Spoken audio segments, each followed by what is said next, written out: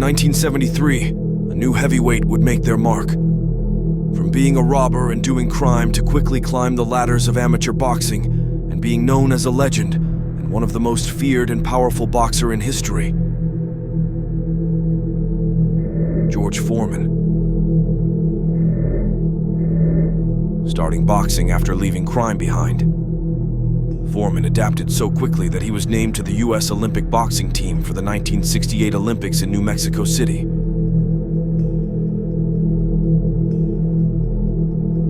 In 1968, representing for USA Olympic team in New Mexico City, George holding Foreman up the scored a American knockout flag to in win the the center gold of the medal ring in front of before thousands. thousands of impressed spectators and millions more of television viewers. He went professional shortly afterwards and wasted no time fighting top opposition, Gregorio Peralta and George Chuvalo.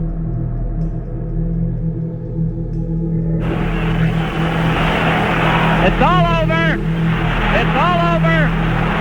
Arthur McCarty has stopped the fight! Foreman was the boogeyman of the division, a real feared ring presence who brutalized opponents with his raw power. Now it's Lyle down to the canvas. Foreman punching him again in the 5th round by George Foreman when it seemed Lyle had command of this ever-changing bout. Foreman amassed a record of 37 wins. 34 out of 37 were knockouts whilst all being undefeated. And he earned himself a title shot fight with Joe Frazier Frazier. won the Olympic heavyweight crown in '64. Guided by the canny Dick Sadler, has won all his 37 fights, scoring 30 personal fights, giving him 29 straight victories with 25 knockouts out there. The referee's instructions. Championship of the world, I tell you to break. Shake hands now, come out boxing. Good luck to both. Foreman brutalized Frazier for the duration of the fight. Foreman scoring a knockdown in the first round by a short uppercut of the back of a captive bolt pistol left jab. Frazier, showing amazing heart, immediately got back to his feet. But yet another right uppercut sends Frazier falling back to the canvas. Frazier went back to his corner, shaken, not knowing where he was. Foreman was landing devastating right hands and threw a left hook which connected to Frazier's head, sending Frazier to the canvas once again. His brain was no longer in complete control of his movements. Trying to get to his feet.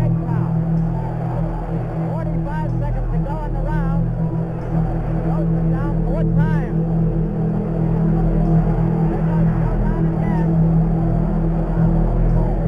Foreman lands a ginormous right, which caused Frazier to fall for the final time, and the fight was stopped.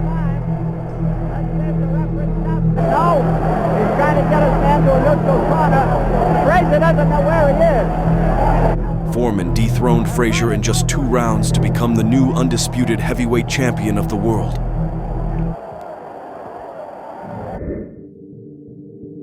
January 1973, Foreman announced his first title defense against Jose Roman. Foreman traveled all the way to Tokyo to take on the challenger. As the fight started, Right uppercut. George made quick work of Roman. Over a minute into the fight, Foreman is landing several powerful punches, whilst Roman was hurt against the ropes. Foreman caught Roman with a right hook. Foreman resumed his murder and sent Roman crashing down to the canvas for good. In just the first round by 2 minutes, Foreman was announced the winner by knockout. He's going to make it, friends. Where is it? Later that year, Foreman would make his second defense being matched up against Ken Norton. The fight took place in Caracas, the capital and largest city of Venezuela. Norton's impressive performances against top great heavyweights made him one of the top heavyweight contenders for Foreman's titles. Regardless, Norton was listed as an underdog against the hard-hitting champion and was given a little chance of obtaining a victory, as Foreman's promoter would already sign for his next fight before the bout even taking place.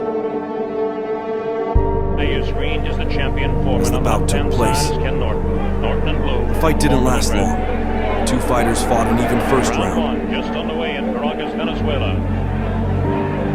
Foreman showing the concentration. Foreman got the upper hand in the second round and sent Norman to the canvas 3 times. Oh, good right hand on the left-hand side of the face of Norton. Norton is a bit stunned as Foreman is teeing off, and it looks like Norton has really been staggered as he went up against the rope. Foreman did this by stunning Norman in the first and followed it up by a combination that sent him for the first knockdown. Norman used everything to get back up, but was in no condition to fight as his legs were gone and shaky. For the second time, Norton is in Queersville. He doesn't know where he is. It's up to 5, 6. I don't know if Norton can make it. It might be all over right here. It's up to 9, 8.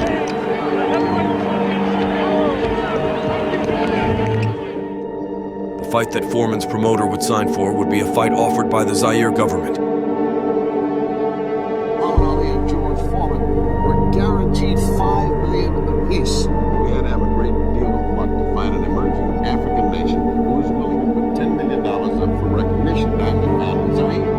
$5 million was promised for both fighters Ali and Foreman. This surpassed the entire lifetime earnings of former champions Joe Louis, Rocky Marciano.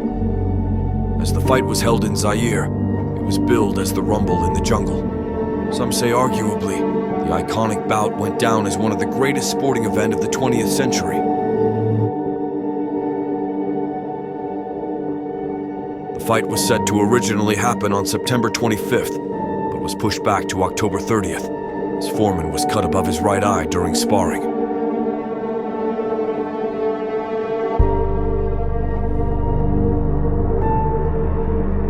Everyone picked Foreman to be the favorite, as Foreman was coming off constant consecutive knockout wins. They believed Muhammad Ali was past his prime, and Foreman would seriously hurt him, as he was an unstoppable juggernaut at that time. Foreman completely murdered Ali's previous opponents who gave him trouble. As the fight got closer, Ali would play different mind games, attempting to break into George's mind, and they would build a bitter rivalry. It became a recurrent theme for Ali. He's the good old corner. I want to be declared as the greatest of all time. Right. Because the stage is set. I'm 32 years old. My legs are gone. Well, being of both religious people, Muhammad and myself, he'll be very fortunate if I don't act as an exorcist and beat the devil out of him. As the fight took place, it was broadcasted to the world. Some estimates say as many as 1 billion television viewers around the world was watching the fight at the time. It was the world's most live television broadcast at the time. As soon as the bell went, both fighters immediately made their way to the center of the ring, with Ali attacking first, connecting with numerous relentless right hands. A light right hand taken on the forehead by George Foreman, the champion. Foreman answers back with deadly hooks and attempts to cut off the ring, but Ali dances away.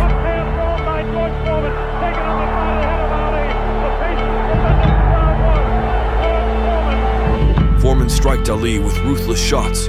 Few got blocked. Most of the thunderous punches got through and was landing devastatingly.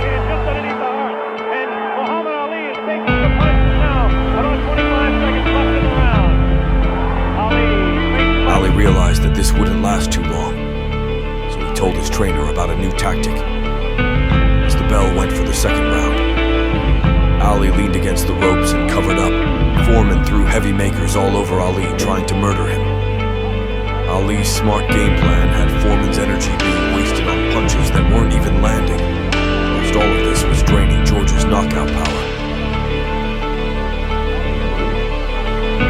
Ali took every single opportunity to shoot devastating straight punches, all at the same time Ali was taunting him. After several rounds of this, Foreman's guard started to drop. At the end of round 5, Foreman was staggered by Ali with a combination of deadly right hands. Foreman was throwing, he was seen visibly worn out. As the fight went into the 8th round, Foreman's wild punching took its toll. Ali pounced as Foreman tried to pin him, and Ali hit him with a ferocious combination that sent Foreman to the canvas.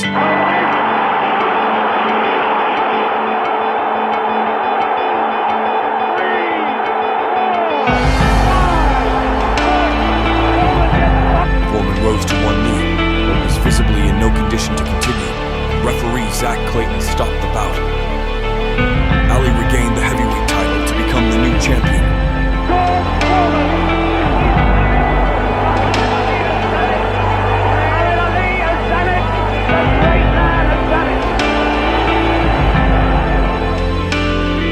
may have lost the title that night and retired for 10 years. He made a shocking comeback in 1994, giving a title shot after losing to Holyfield.